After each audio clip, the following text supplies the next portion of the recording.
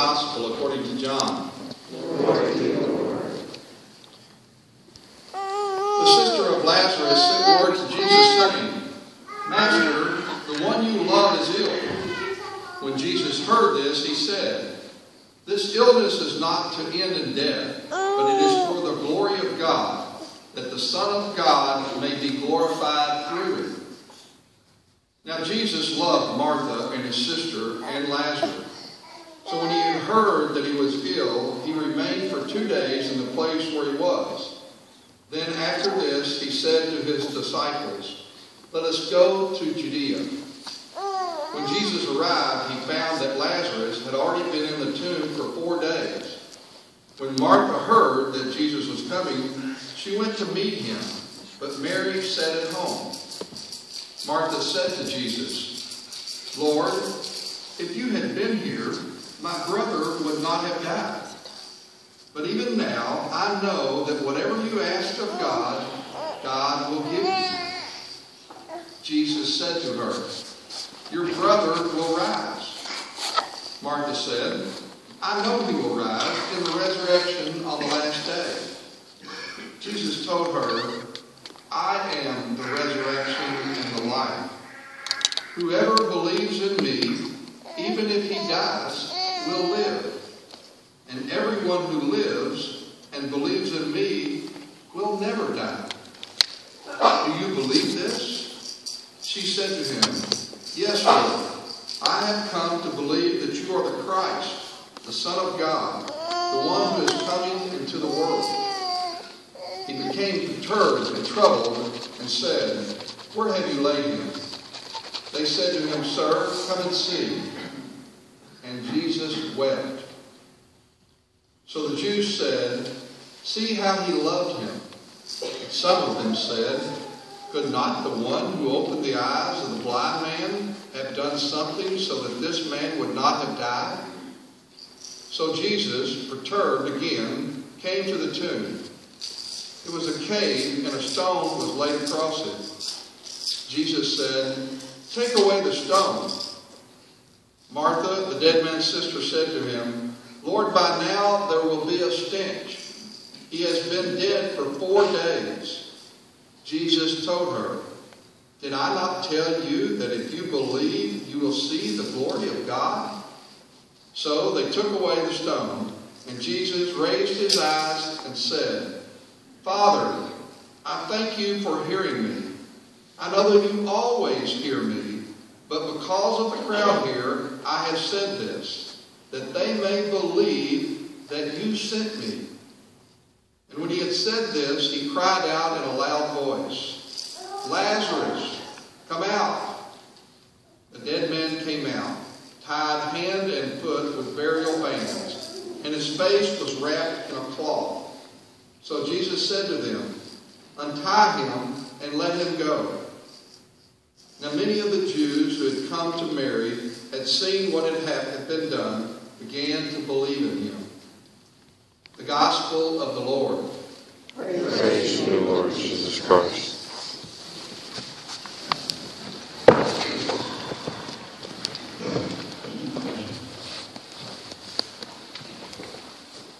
It was back about 32 years ago that I first came here to St. Mildred's. And it's wonderful that the parish is still alive.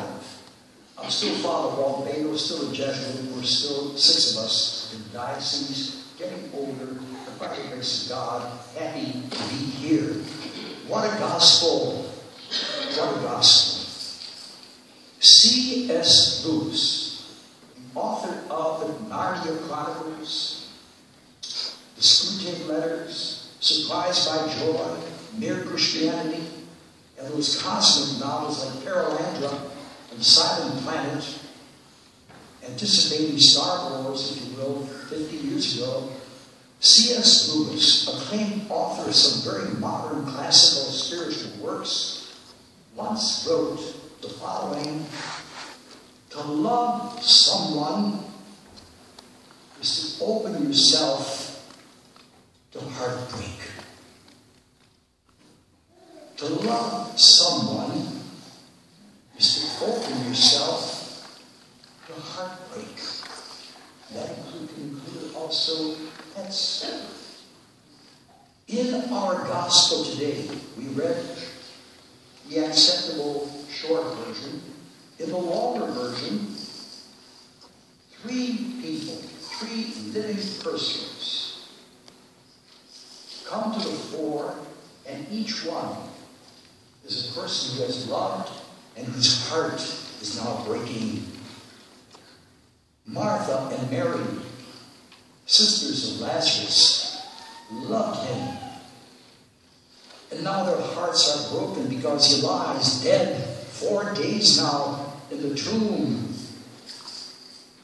And Jesus, in that same context, is referred to in the context as the one who loved Jesus. See how he loved him.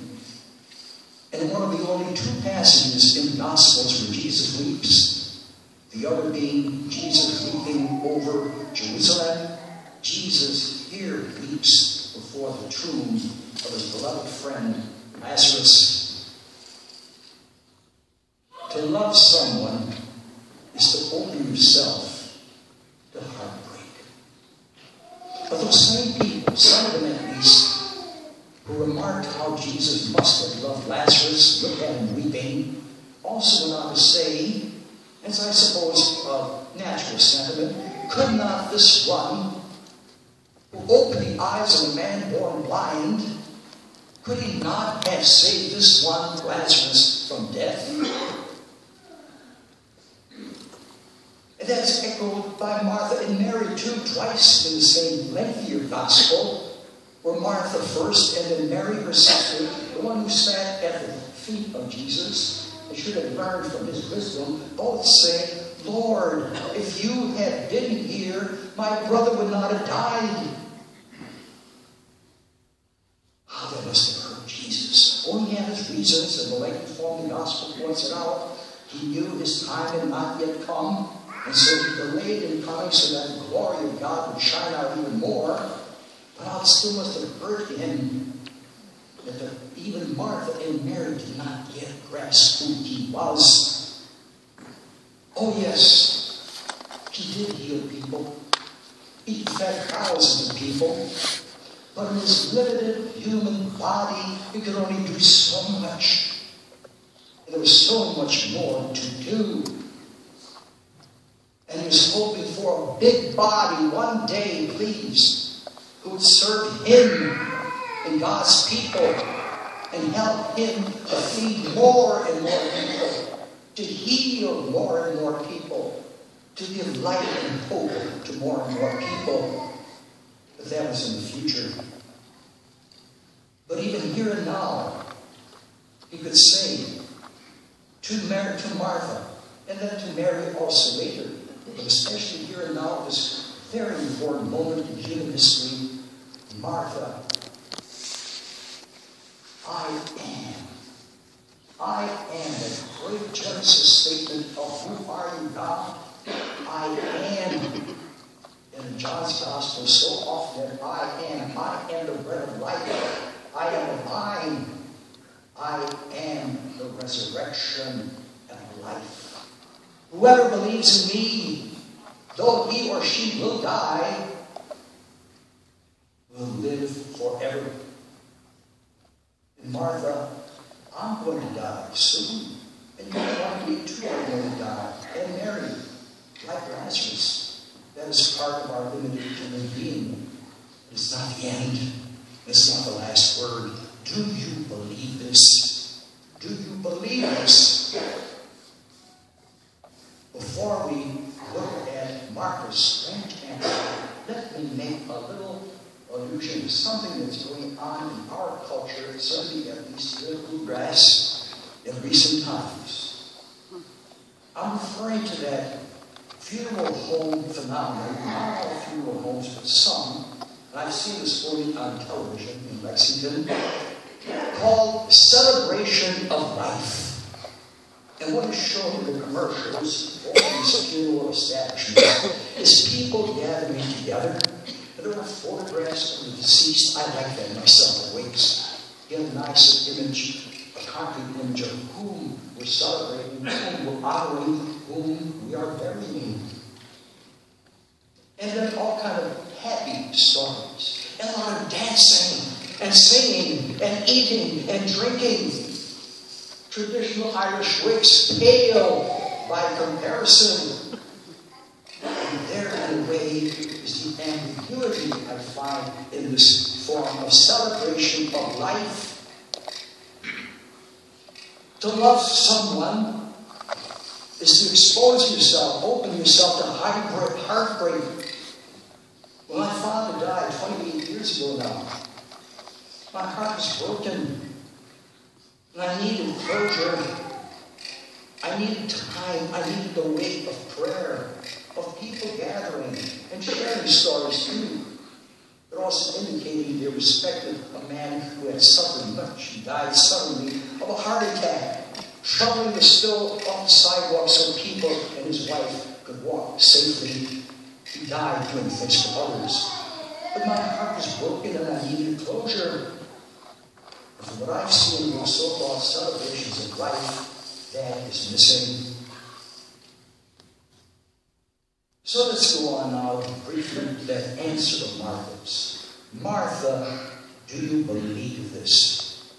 That those who believe in me, though they die physically, will not die forever. And Martha answered her little spontaneous, Martha, yes, Lord, I do believe. But she continues, I know that you are the Messiah, the Son of God, the one who is to come and save us.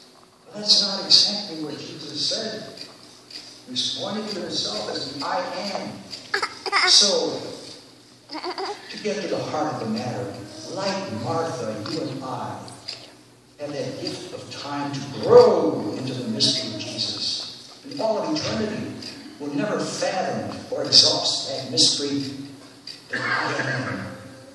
But time, the gift of time, the gift of this Lent and future Lents, the gift of Easter, to grow more and more to that sense of there are all kinds of little deaths that we are called to endure, to accept in preparation for the big one. The little death of suffering, the little death of failure, the little death of loss of a job, yes, the little death of a favorite pet, all of those things. If we trust in God, we'll make it. So I end with that beautiful line in that great chapter 8 of Romans, which is our second reading. But a few lines later, Paul tells us, and he himself had to live by this. He himself had to grow in the knowledge and love of Jesus Christ. And he tells us, and I hope we can accept that, even though we may have to say, Lord, I do believe, help my unbelief. Namely, for those who love and trust in God, all works out unto good.